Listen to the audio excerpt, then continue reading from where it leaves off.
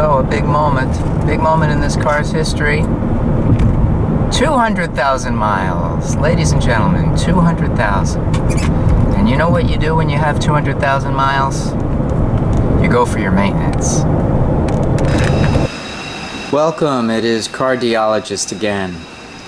Today's project is going to be the cooling system refurbishment. This is my E320 CDI. It has about 200,000 miles on it, and I have decided that we're going to refurbish the entire cooling system. The rubber hoses going to be replaced, water pump replaced, thermostat replaced.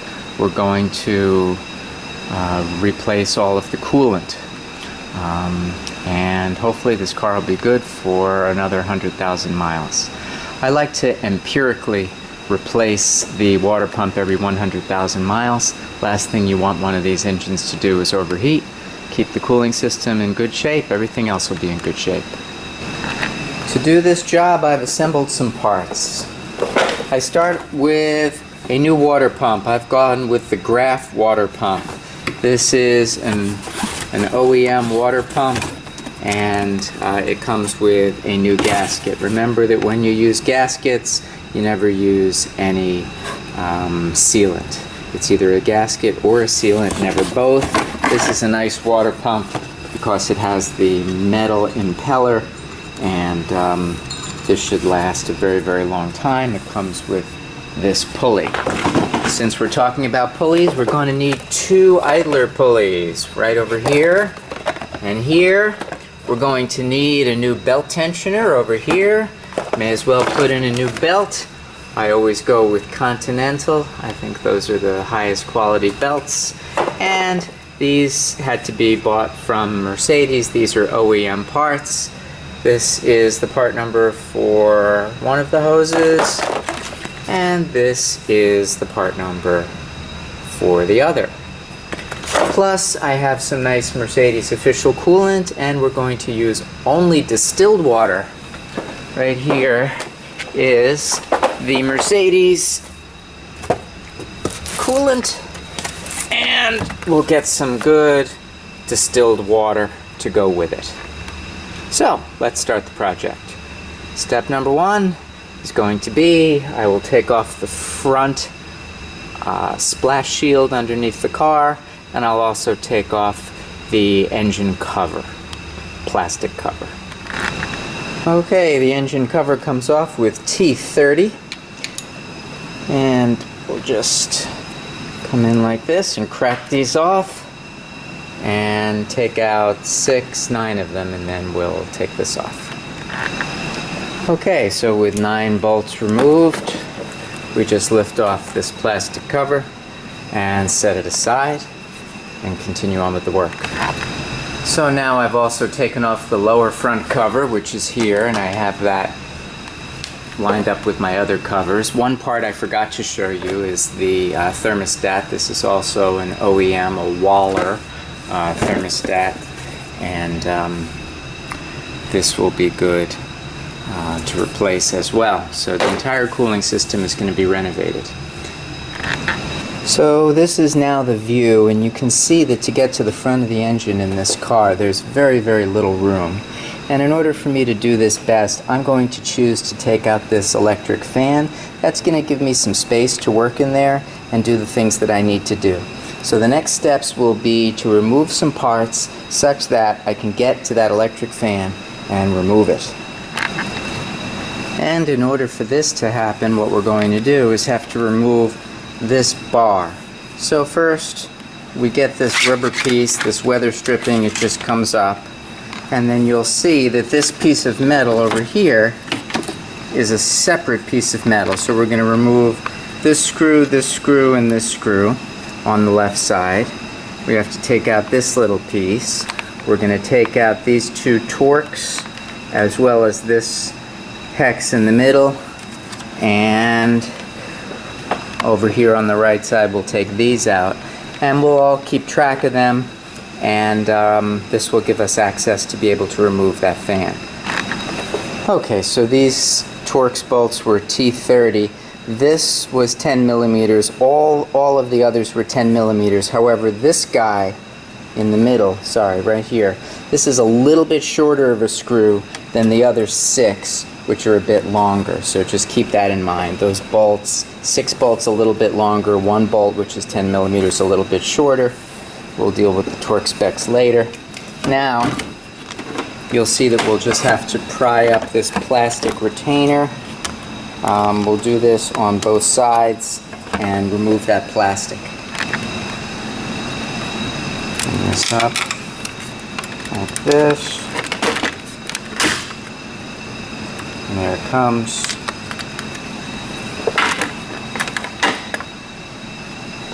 And now, just goes like that. Do the same on the other side. We're going to also remove this piece of plastic, this tab, and this tab, and then everything should come out. Okay, so now with all those tabs out, this piece lifts up very nicely. There are some clips here that are holding on this cable. So let's just get this out. And out it comes. Put this aside. Okay, with that piece out, we now are in a much better position to start to remove this plastic fan. We're going to unhook the clip here. We're going to unhook the clip here. And then go to the next step. Okay, so with our attention now turned underneath the car pointing up, again, here is the plastic fan right here. What I'm going to do is just start to find all the little plastic tabs that are holding pipes, and we're just going to kind of remove the pipe from the holders on this plastic fan. And I'm going to find the electrical connector, and we're going to unplug the electric connector, and then we're just going to try to get this fan slowly and steadily out of here. Alright, so as I lift this up, you're going to see that right in here on the driver's side is an electrical connection, right where that light is. And I'm going to unplug that electrical connection, and then I should be able to take out the fan. Okay, so here is our prize, the electric fan. I will put this to the side carefully so it doesn't get damaged. Then we'll show you how this opens up a lot of space in the car where I can begin to work. Alright, we now have access to everything that we are going to need to do. The belts, the pulleys, the hoses, everything that we're going to need. So let's go ahead and begin by draining the system of its coolant. Okay, so to drain the system, make sure that the car is cool and not pressurized, not hot. We unscrew the cap so that air can replace whatever's draining. I'll put the cap to the side. Okay, so I'm now underneath the car on the left side, the driver's side, and right here on the radiator is this tab. And then there's this little nub. What you can do is take a plastic hose and just put it over this so that it doesn't splash on all of this, and you can direct it right into a pan. So I'll try to find some kind of hose that might loosely fit onto that, and then I'll just open it up and let it drain. Okay, so I put a little hose with a cable tie. Now what I'll do is just open this up either by hand or if I have to with the pliers, and then we're going to start to see the fluid come out. I think it'll probably need a little help with the pliers. Nope, I got it. I got it. I got it. I got it. So we're just going to open.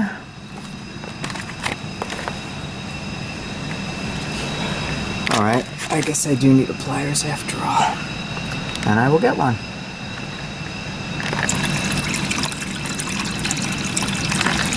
So you may be wondering why this is yellow. This is yellow because I've been using Xerox G5 up to this point. Now this is fully Mercedes compatible and Mercedes approved.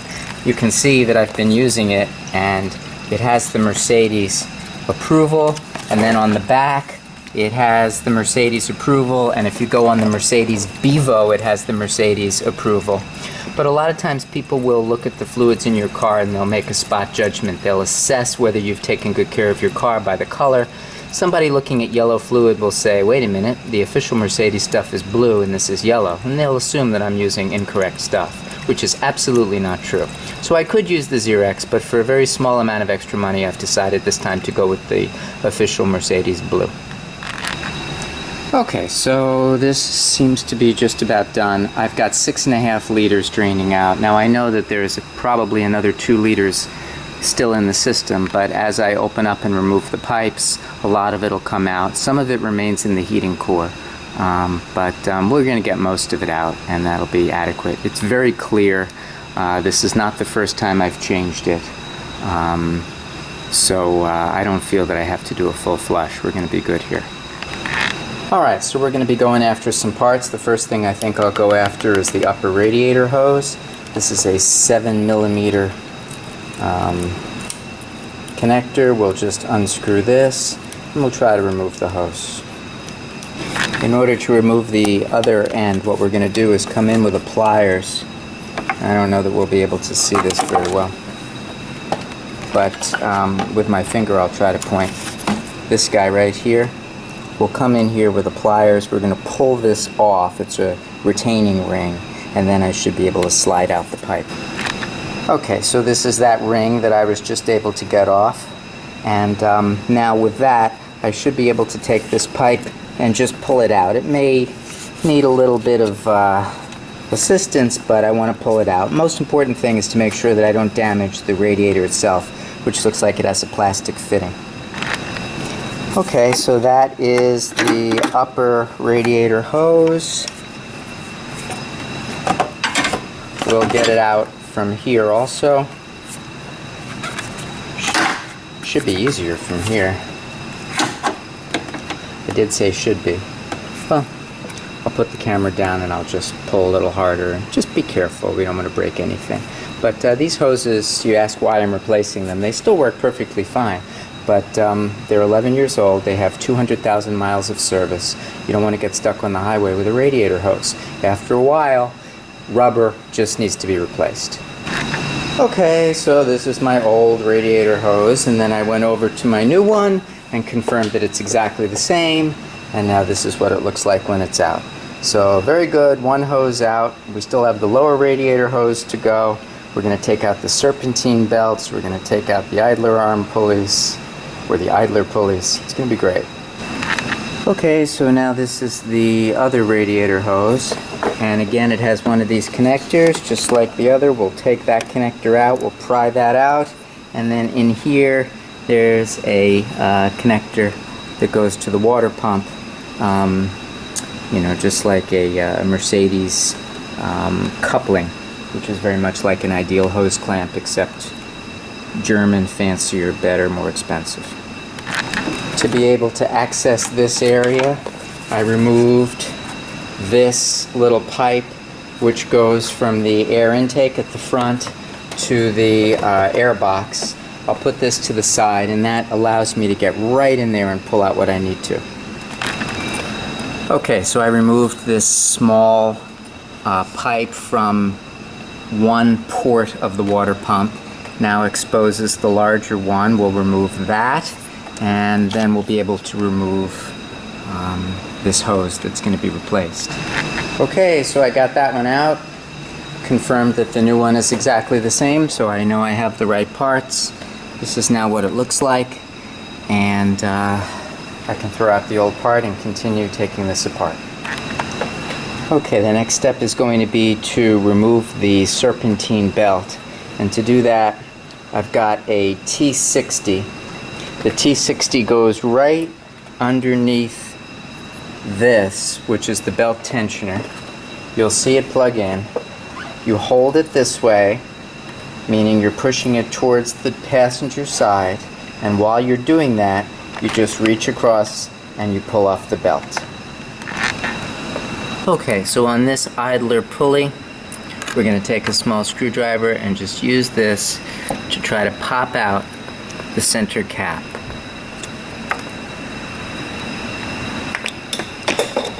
like that.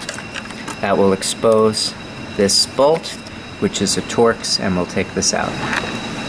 Okay, we're going to take a T50, put it right in here.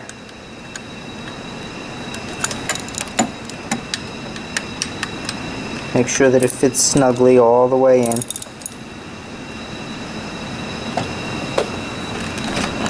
And we're just going to unscrew that. This is how we're going to take off the idler pulley. Okay, so with this idler pulley removed, we're now going to remove this idler pulley. It is the same process. We're going to take off the cap and save it. The cap gets reused.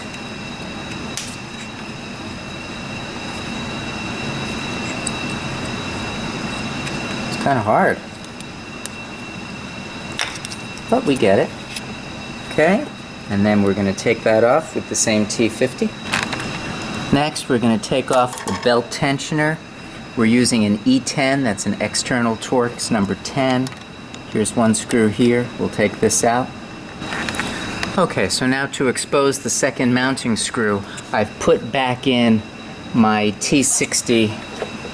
We move it like this, and this exposes the screw, which is now right underneath here, right underneath there, and I'll be able to, with my left hand, hold this, with my right hand use the E10. Now once again, there is a peg, so you can actually just, there's a peg that you can put through here, but it's not necessary. I can just do it this way. Okay, so now the belt tensioner is removed. Good. And the next step is going to be that we're going to start loosening up this bracket right over here, and then we're going to take off the water pump. There are 3 screws on this bracket. Once again, E10. Here's one. This is the second. And down here is the third. Let's get all those off. Okay, next we're going to take these fuel line, this bracket that holds the fuel lines off of the thermostat. This is again an E10. Let's take that off. Okay, with that bracket off of the thermostat, you can see now we're going to take off this, just unplug this sensor, and then we're going to unscrew this small pipe that comes from the coolant reservoir, and then we should be able to free up the thermostat itself. Okay, so now there are 3 E10 screws that are going to be holding on this thermostat, and they're kind of hard to get at. This one's the easiest. The 2 others might need some angling, and we'll see how we get them. Okay, so those 3 E10 screws are out, and now this is the thermostat, and there it is, and it came out with the gasket. This thermostat is probably still okay, but everything's getting replaced because things wear out. You don't want to get stuck on the road. Okay, and now the final thing that's going to come out is the water pump itself, which is this guy, this whole thing. So there are a bunch of screws, E10s, we'll take them out. Okay, so now the water pump is out. And so this is good news because this is pretty much as undone as the car is going to be. Now it's just a matter of clean up and start building it back up. Now let's go over here because I want to show you how these screws are. Okay? This is how the screws are. First of all, the pump was not in bad shape at all. There are 1, 2, 3, 4, 5 E10 screws all the same length. There are 4 E12 screws. 3 of them are the same length. 1 of them is longer. The one which is longer, and again, here is the new part. The one which is longer goes through there. Okay? That's where it goes through. And all the other E12s, you know, you can't make a mistake, because if you try to take an E12 and put it through this hole, it won't fit. So the only way you can make a mistake is to take one that's too long and put it through too short. So there you have it. Pretty straightforward. Now this is the brand new pump, which looks good. I'll show you the old pump. It really was not in bad shape. I probably do not need to replace it. But as I told you, and as I feel, first of all, the pump is not expensive. You know, talking about $65, $70 when you get it online. And, you know, 100,000 miles, don't you think it's about time? Now, look at this pump, though. For 100,000 miles of service, this thing is in great shape. It looks good, the impellers are great. This could have kept going a long, long time. But you know what? There's a reason for this. I always had the correct fluid in here, the correct type. I changed it at the proper intervals. This was a very well cared for car, and it will continue to be. Okay, so I cleaned up the area as nicely as I can around the water pump. Try to get out any dirt or debris and clean up the gasket surface, making sure not to damage the aluminum. And then we're going to go ahead and put on the new water pump with the gasket.